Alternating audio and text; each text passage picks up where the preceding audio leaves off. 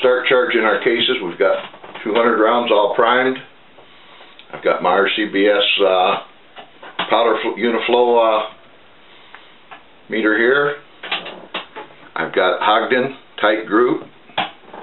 One important thing to remember when you're reloading, only have the powder that you're going to use to reload on your bench. Don't put any other powders where there might be the possibility of getting them mixed up.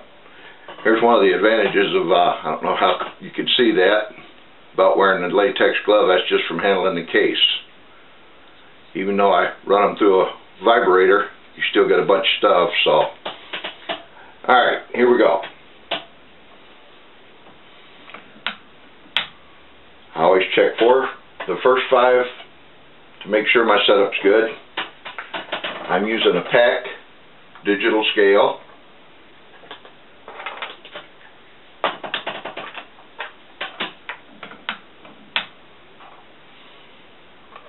You want to be consistent when you're dumping the powder. You don't want to be slamming it up, slamming it down unless you do that consistently, because it will change your powder charge.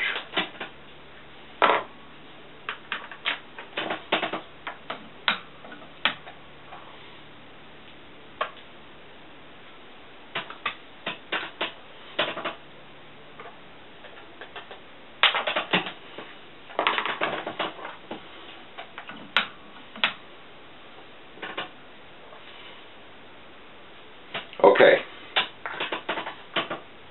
there's my 5. Now what I'll do, I'll go ahead and reload this tray, and about 25 and 50 I'll check that charge just to make sure nothing's changed, because a lot of times if your level of your powder gets too low, it can shift it a little bit. So we'll get these all charged up, and then we'll get back to the bullet seating. Okay, we've got all our cases all filled up. First thing I want to do is hold up to a bright light and just kind of scan all of them. Make sure they have powder in them. They all look to be about the same level. When it comes to powder, I like to use a medium burning rate powder. That's why I use tight group Winchester 231. I want to see the case about halfway or a little above halfway full. Some of these powders you get into, especially your faster burning powders like Bullseye, where it only takes maybe 1.5 grains, but it's a real fine powder. It just barely covers the bottom of the case. And if you don't use real care, and that's one of the things about a progressive die that I really don't care for, this way I've got control over all my the way my powder looks in all my cases. So just think about that if you get into reloading and using powders. You have to be careful. So what I'm doing now is screwing in my cedar. My cedar plug's already set. My taper crimp's already set. I make up dummy bullets. With each one I use, like this is the bullet I'm going to load. There's no primer in it, no powder. And I just run it in there, make sure it seats. I don't feel any kind of real resistance. Like some of them I've got, these are berry bullets. This is 147 grain, and this one is 124 grain. They look pretty much the same, except the 147 is a little longer.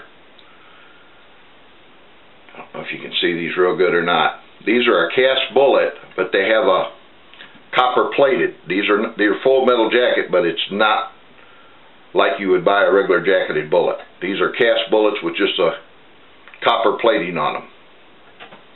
They're a lot cheaper. Okay, so now I get a few bullets out here, ones I'm going to use. And the nice thing about berry bullets, you get these nice little containers that come with it that you can use, put your loaded rounds in. So here we go. We'll put a case with the powder in it, take the bullet, seat it right down on top, follow it up. We've got a loaded round ready to go. I always put a black mark or some kind of a mark on the bottom of my case. That way if I'm at the gun range, somebody else is using a 9mm, I know my cases. That way I can recuperate all my cases. So a powder charge case, a bullet, sit it down on top, seat it, crimp it.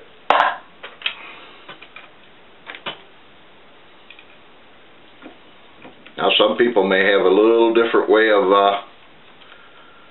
doing it. That's fine, you know, different strokes for different folks. I've been doing it this way for 36 years and never had a problem. One thing I forgot to mention in the priming part of it, the only thing about the rubber gloves, they tend to loosen up on your fingers, get them hard to see. Make sure you wear eye protection, and definitely no smoking while you're doing this. The last thing you want to do is get an ember of a cigarette down in this powder. You'll get a good flash. So there we go. I've got 5 of them seated. We'll get back to you here in a second when we get them all done. Do a last review.